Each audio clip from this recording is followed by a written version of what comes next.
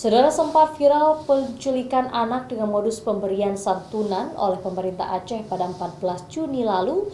Polisi berhasil menangkap pelaku penculikan berinisial MUN di Aceh Besar.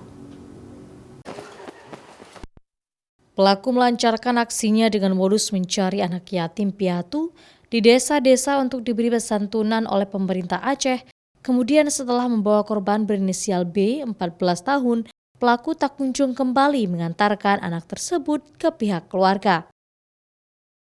Korban B kemudian ditemukan pada pukul 23.30 waktu Indonesia Barat di salah satu SPBU di Aceh Besar karena terus melawan dan berteriak saat dibawa oleh tersangka ke sejumlah kawasan di Aceh Besar sehingga korban diturunkan dan pelaku lari.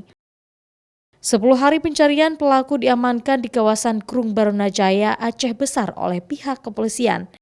Pelaku yang juga merupakan mantan security tersebut mengaku baru sekali melakukan aksinya.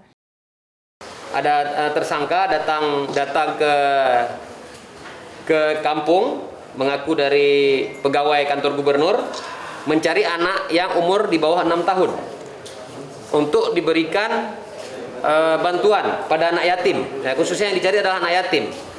Kemudian setelah dia mencari, akhirnya dia temukan dan anak itu diajak. Nah, yang selama ini mungkin anak itu tidak pernah pergi, dilepas oleh orang tuanya, entah kenapa hari itu dilepas. Dan anak itu adalah anak yatim, anak perempuan umur 14 tahun. Saat ini pelaku diamankan di tahanan Polres Aceh Besar. Polisi juga meminta para orang tua waspada terhadap kasus serupa agar tidak terulang kembali. Syahril, Kompas TV, Aceh Besar.